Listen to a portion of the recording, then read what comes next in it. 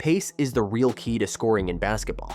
The game is often described as one of speed, athleticism, and power, but the players who consistently score at the highest level aren't always the fastest or the strongest. The difference maker is how they use pace. Changing pace is the ultimate weapon to throw defenders off balance, disrupt their timing, and create scoring opportunities that pure speed alone can't. In this video, we're going to break down exactly why pace matters, how the best players in the world use it to get buckets, and how you can train it for yourself.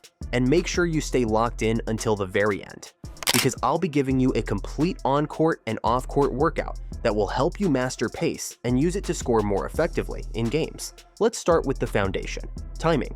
Defense at any level, whether it's high school, college, or the pros, is built on anticipation. A good defender doesn't just react to what you're doing in the moment, they're constantly reading subtle cues in your body language, your footwork, and your dribble rhythm to predict your next move. They look at how your shoulders lean before a drive, how your hips shift when you're about to pull up, and even how fast your dribble is when you're attacking versus when you're just probing. Their entire defensive effort is based on recognizing patterns and timing their reactions accordingly. That's why if you attack at one steady speed the entire possession, you make their job easy. Defenders thrive on rhythm. If you're predictable, they can mirror your movements, cut off your driving angles, and contest your shot without much difficulty. A steady pace is like playing a song with no changes in tempo. It's easy for the defender to keep up with the beat, but once you learn how to shift that tempo, suddenly their rhythm is broken. When you change pace, whether it's through a hesitation dribble, a sudden slowdown, or an explosive burst, you disrupt their entire defensive system. Imagine you're sprinting down the court in transition. The defender is backpedaling, eyes locked on your chest, trying to keep their balance while moving backward.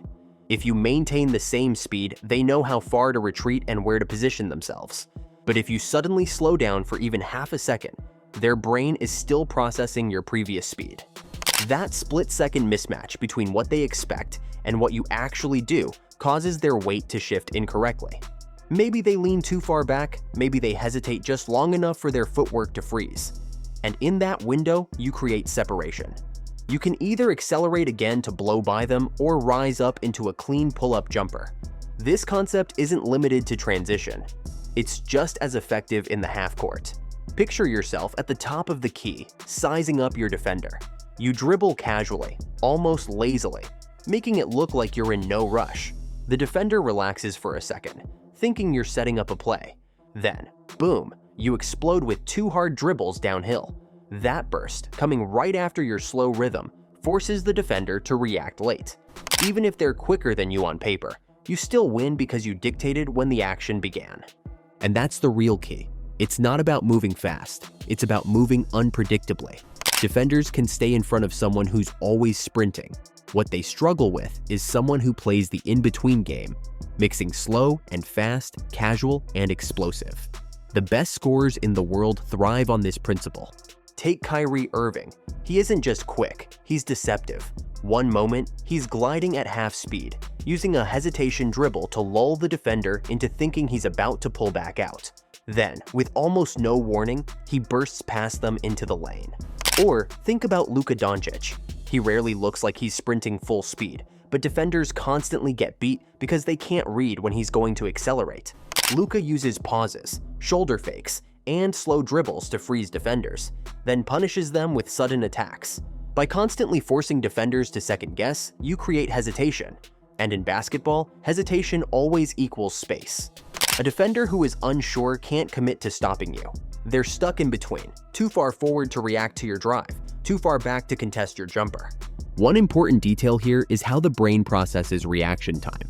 On average, it takes about 200 milliseconds for a defender to physically react after they recognize a movement. That doesn't sound like much, but in basketball, it's everything. A quick change of pace creates gaps big enough for a shot or a driving lane in less than half a second. When you layer that advantage multiple times over the course of a possession, hesitate, burst, slow again, accelerate, it becomes nearly impossible for the defender to recover each time. You can also see how timing disruption is a weapon when combined with specific moves. For example, The hesitation dribble works because you momentarily slow down, giving the illusion of a pull-up jumper. The defender instinctively rises out of their stance to contest, and the second they do, you accelerate past them. Or take the in-and-out dribble. At its core, it's just a fake crossover, but it's the sudden shift in pace and rhythm that sells it. You go from pounding the ball casually to exploding out of the move in one fluid motion. Even finishing at the rim benefits from pace variation. Instead of always attacking hard, learn to slow down inside the paint. Floaters, Euro steps, and controlled finishes all rely on throwing the defender or rim protector off rhythm. A shot blocker wants to time their jump perfectly. If you change your speed in midair, maybe a slow gather followed by a quick extension, you ruin their timing, and suddenly their block attempt is useless. Defenders at higher levels are trained to anticipate. They watch film, they know your tendencies, and they're looking for rhythm in your game. The more predictable you are, the easier it is for them to stay in front. That's why developing the ability to control pace isn't optional, it's essential. If you can't disrupt timing, you're relying solely on physical tools, and eventually you'll run into someone who can match or exceed your athleticism. But if you can manipulate rhythm, you take away the defender's greatest weapon, anticipation.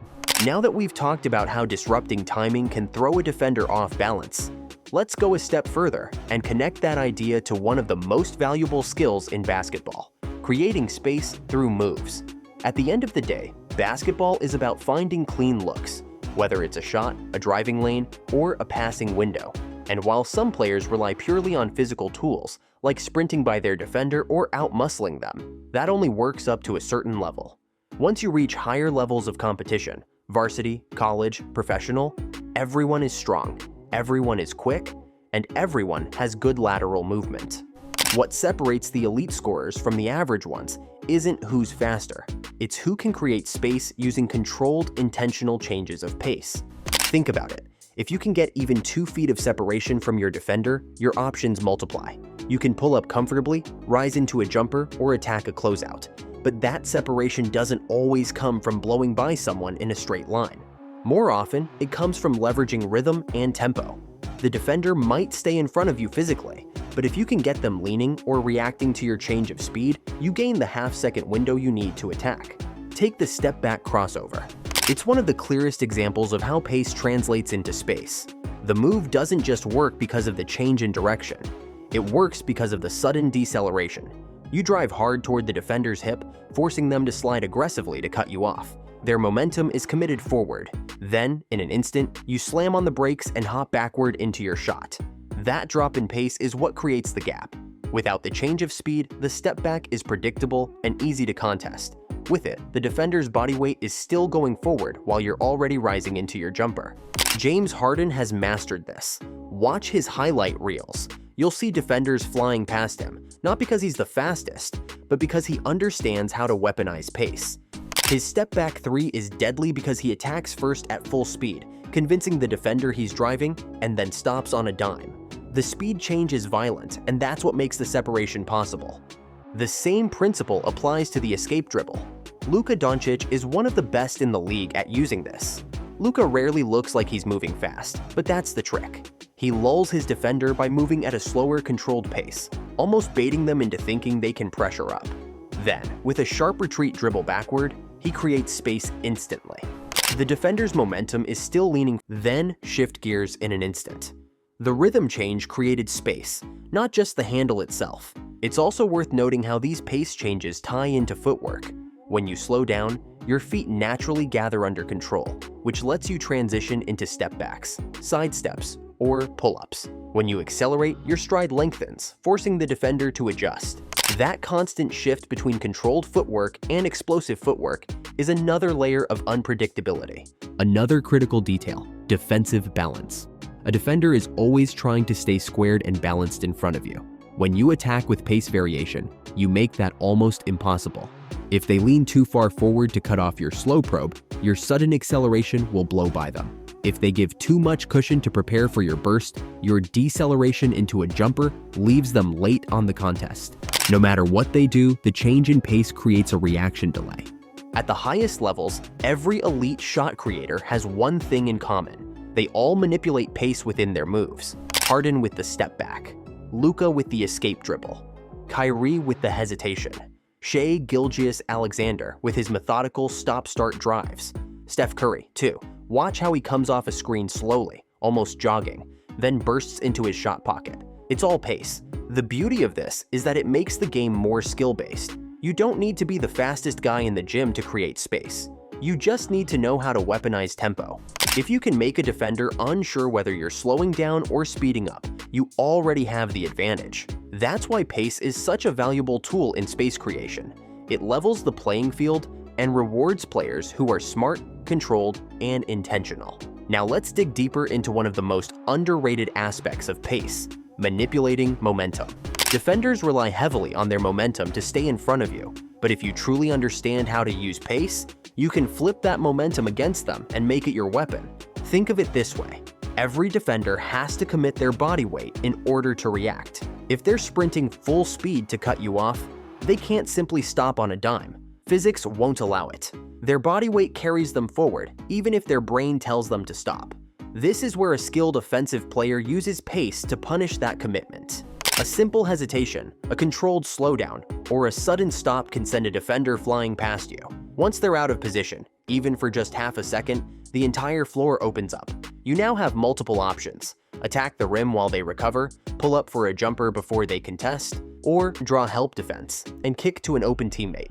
James Harden is the textbook example of a player who mastered this principle. Harden built an MVP career and multiple scoring titles off his ability to weaponize pace and momentum.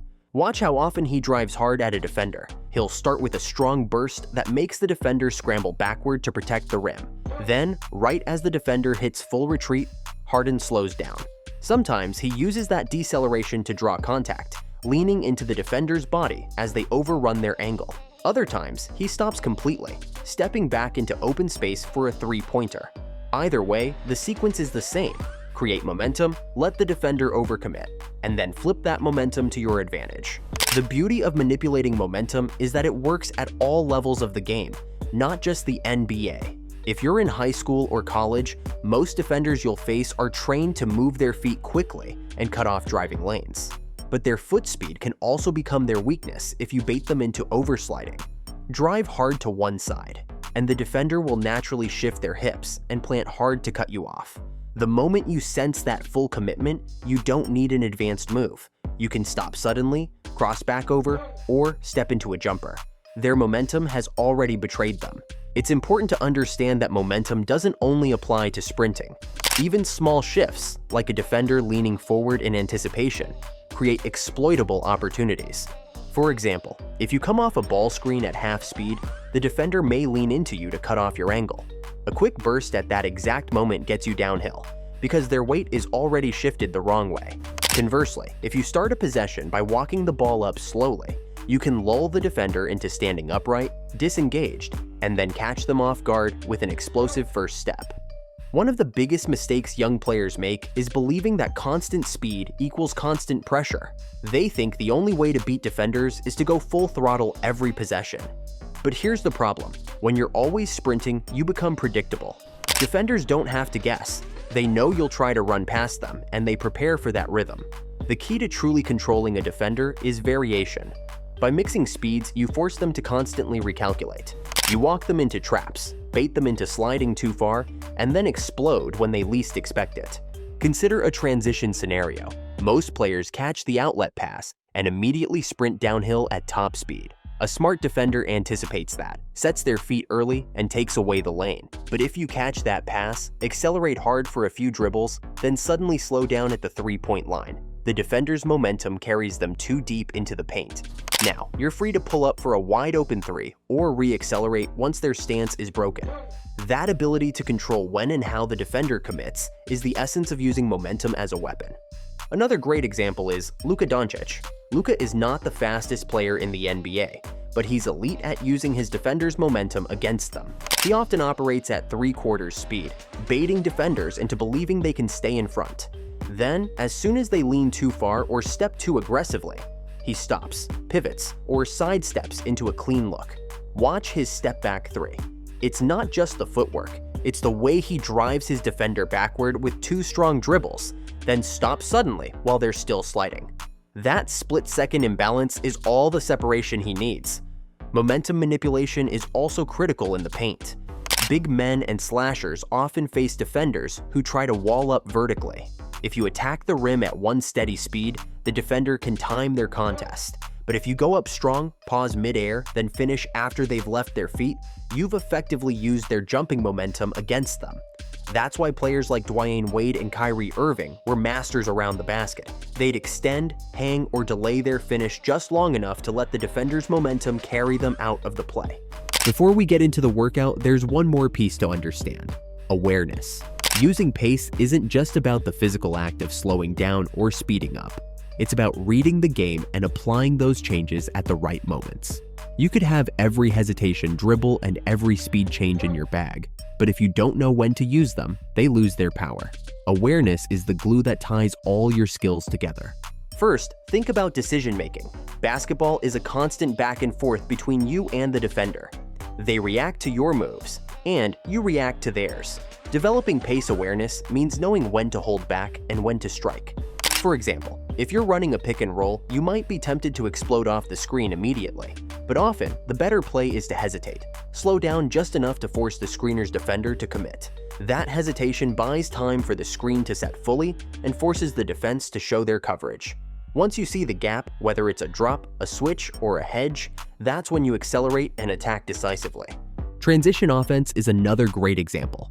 Too many players sprint full speed the second they touch the ball, only to run straight into 2 or 3 defenders who were waiting in the paint. The smarter play is to recognize the defense's positioning. Sometimes, hitting the brakes just past half court lets your wings fill the lanes and your trailer catch up. Other times, awareness tells you the defense isn't set, and that's your green light to go full throttle before they recover. Knowing when to use pace in transition is the difference between a contested layup and an easy bucket or assist. Awareness also extends to half-court situations. Think about isolation plays. The average player might dribble hard at the defender every time, trying to force something. But the players who master pace awareness, like Shai Gilgeous-Alexander, don't rush. They probe, they pause, and they read. If the defender leans too far forward, they accelerate past. If the defender gives cushion, they calmly step into a jumper. Shai is a perfect modern example because he rarely looks rushed, yet he's one of the most unstoppable scorers in the league. His entire game is built on understanding when to apply pressure and when to wait for the perfect window. Defensive rebounding, and they are off to the races. SGA hits the brakes.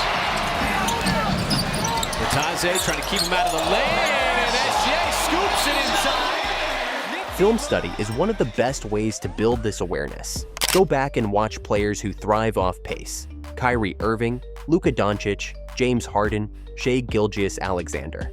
Pay attention to the little details. How often they're moving at 3/4 speed, how they use pauses to scan the floor, how they change rhythm to force defenders into mistakes. Notice that they're not playing fast all the time. In fact, many of their best plays come when they appear to be moving slower than everyone else. That's because they're controlling the tempo, making defenders play on their terms. Now, let's put this into action. Here's a sample workout you can use. Screenshot this and adjust it to your liking. In the end, using pace is what transforms you from a predictable player into a nightmare matchup. It's not just about running faster. It's about keeping defenders off balance, disrupting their timing, creating space with controlled moves, and exploiting their momentum to your advantage. If you commit to practicing these concepts and running through the workout I laid out, you'll see your scoring ability reach a whole new level. If you found this breakdown valuable, make sure to like this video, subscribe to the channel, and drop a comment below. I want to know, which player do you think uses pace the best in today's game? Let's start a conversation in the comments, and who knows, you might even inspire my next video. Thanks for watching, and I'll see you in the next one.